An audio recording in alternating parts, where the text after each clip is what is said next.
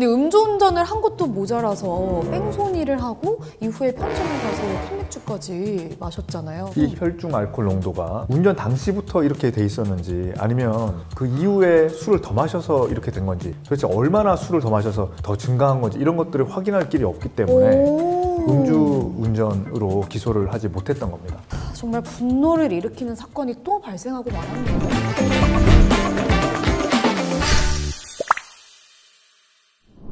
국회 본회의에서 통과된 따끈따끈한 주요 법안을 쉽고 빠르게 소개해드리는 잉크도 안 마른 법률. 안녕하세요. 배혜지입니다. 정재민 변호사입니다. 안녕하세요.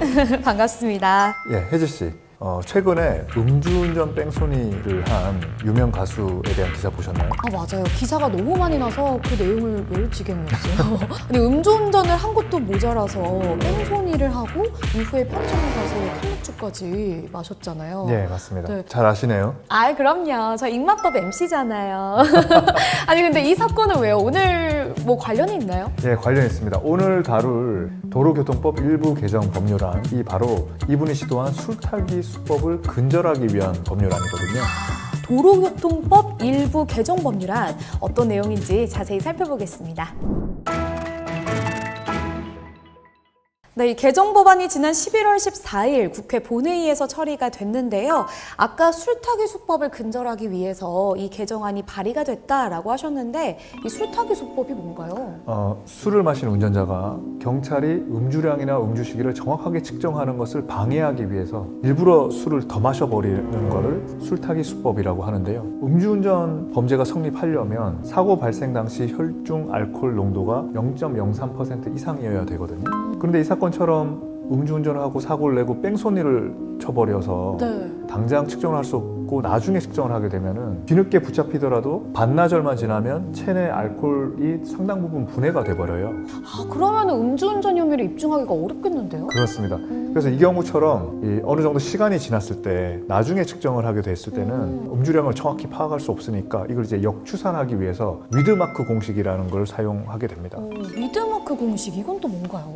위드마크 공식은 운전자의 진술이나 여러 증거를 토대로 음주량, 또 운전자의 체중, 또 성별 이런 것들을 고려해서 운전 당시의 혈중 알코올 농도를 추정치를 산정하는 방식을 말하는데요. 이 사건의 경우도 위드마크 공식을 적용해서 음주운전 혐의로 이 가수를 검찰에 넘겼지만 정작 검찰에서는 음주운전 혐의는 빼고 나머지 죄로 기소를 했습니다.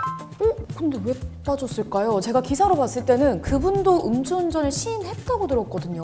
맞습니다. 시인하기는 했는데 음주운전을 한 이후에 이분이 아까 말한 대로 편의점에 가서 추가로 술을 더 마셔버렸잖아요. 근데 이제 그 이후에 측정이 됐는데 상당히 음주량이 나왔지만 이 혈중 알코올 농도가 운전 당시부터 이렇게 돼 있었는지 아니면 그 이후에 술을 더 마셔서 이렇게 된 건지 도대체 얼마나 술을 더 마셔서 더 증가한 건지 이런 것들을 확인할 길이 없기 때문에 음주운전으로 기소를 하지 못했던 겁니다. 그러니까 이 술타기 수법이라는 게 쉽게 말하면 혈중 알코올 농도 수치를 교란해서 음주 측정을 방해하는 거군요. 맞습니다. 그러니까 이 가수는 이런 술타기 수법을 이용해서 결과적으로 음주운전에 대한 처벌을 회피한 거죠. 근데 이제 더 큰 문제는 이 사건이 워낙 화제가 되다 보니까 다른 사람들도 이런 수법을 이용해서 음주운전 처벌을 피해가는 경우가 속출하고 있다는 겁니다.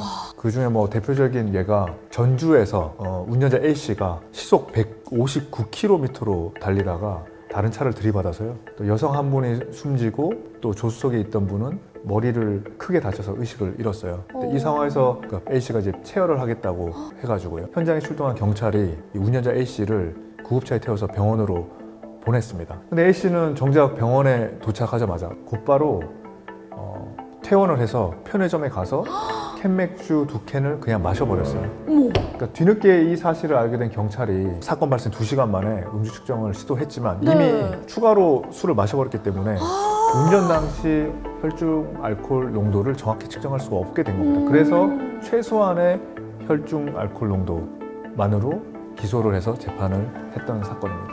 정말 분노를 일으키는 사건이 또 발생하고 말았네요. 그러게 말입니다.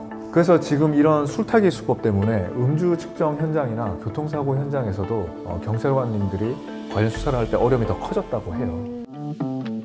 그래서 이번 본회의에서 통과된 도로교통법 일부 개정 법률안에는 이런 술타기 수법 등으로 음주 측정을 방해하는 행위를 처벌하는 규정이 신설된 것입니다. 아니 그렇다면 기존에는 이렇게 음주 측정을 방해하는 행위를 처벌하는 규정은 없었던 모양이에요. 그렇습니다. 기존에는 음주 측정을 거부하는 행위에 대해서는 처벌 규정이 있었는데요. 네.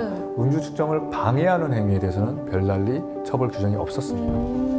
아니 그렇다면 앞으로 이렇게 음주 측정 방해 행위를 한 사람들은 어떤 처벌을 받게 되나요? 음주 측정을 방해하는 행위를 하는 사람들에 대해서는 기존에 있던 음주 측정을 거부하는 행위를 한 사람들과 마찬가지로 네. 또 1년 이상의 또 5년 이하의 징역 또는 500만 원 이상 2천만 원 이하의 벌금에 처해지게 됩니다. 근데 탈거리, 이동수단은 자동차뿐만 아니라 자전거도 있고요. 그리고 전동 킥보드도 있잖아요. 이런 곳에도 규정이 적용이 될까요? 맞습니다. 이 규정은 자동차뿐만 아니라 자전거, 또 전동 킥보드, 또 전기 자전거, 또 전동 이륜 평행차 같은 개인형 이동장치 운전자, 다시 말해서 전기를 동력으로 하는 1인용 교통수단 운전자에게도 동일하게 적용이 됩니다. 또 지금은 이제 술타기 수법이라고 하니까 마치 이제 술을 추가로 먹었을 때만 적용되는 것처럼 네. 들리지만요. 사실 의약품을 섭취하게 되면은 혈중 알코올 농도에 또 영향을 미칠 수 있기 때문에 의약품을 섭취함으로써 또 음주 측정을 방해하는 행위에 대해서도 동일하게 처벌이 됩니다. 그렇다면 그 밖에 또 이번 개정안에 담긴 중요한 내용이 있을까요? 네, 보통 음주운전을 하거나 음주 측정 거부를 했을 때는 면허 취소 처분도 따라오잖아요. 네. 이제 음주 측정 방해자에 대해서도 마찬가지로 운전 면허를 취소하고요. 또 다시 면허를 취득할 수 있는 결격 기간도 음주 측정 거부자와 동일하게 적용을 하고 있습니다. 또 10년 이내에 2번 이상 음주운전을 하거나 또 음주 측정 거부를 하거나 또 음주 측정 방해 행위를 한 경우에 대해서는 가중 처벌을 하는 근거도 신설되었습니다.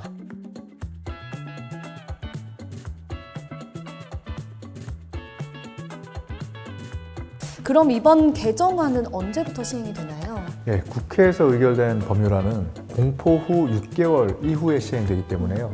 이 법안은 내년 5월부터 시행될 예정입니다. 연말 연초에 술자리 약속 많으실 텐데 음주운전은 절대 안 된다는 거 꼭 기억하셔야겠습니다. 이번 개정안을 통해서 음주운전에 대한 경각심을 가지는 것은 물론이고요. 음주운전으로부터 우리 국민의 소중한 생명과 신체를 지켜내는 데에 도움이 될 수 있기를 기대해봅니다. 자, 오늘의 입맛법 내용 어떠셨나요? 유익하셨다면 구독, 좋아요. 알림 설정까지 꼭 부탁드립니다. 저희는 다음 시간에 더 따끈따끈한 주요 법안을 들고 찾아올게요. 함께해 주신 여러분 고맙습니다.